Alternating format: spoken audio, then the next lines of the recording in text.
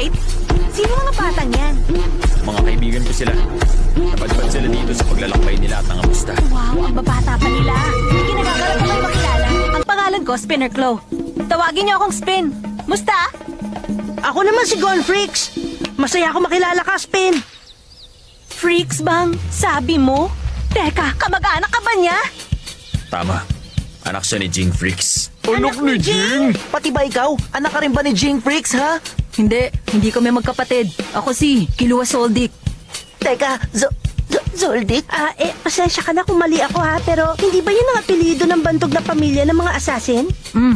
Dati kong trabaho yun pero nagretiro na ako. Bukod dun, professional hunter na ang dalawang batang ito kaya dapat igalang niyo sila bilang siyempre niyo.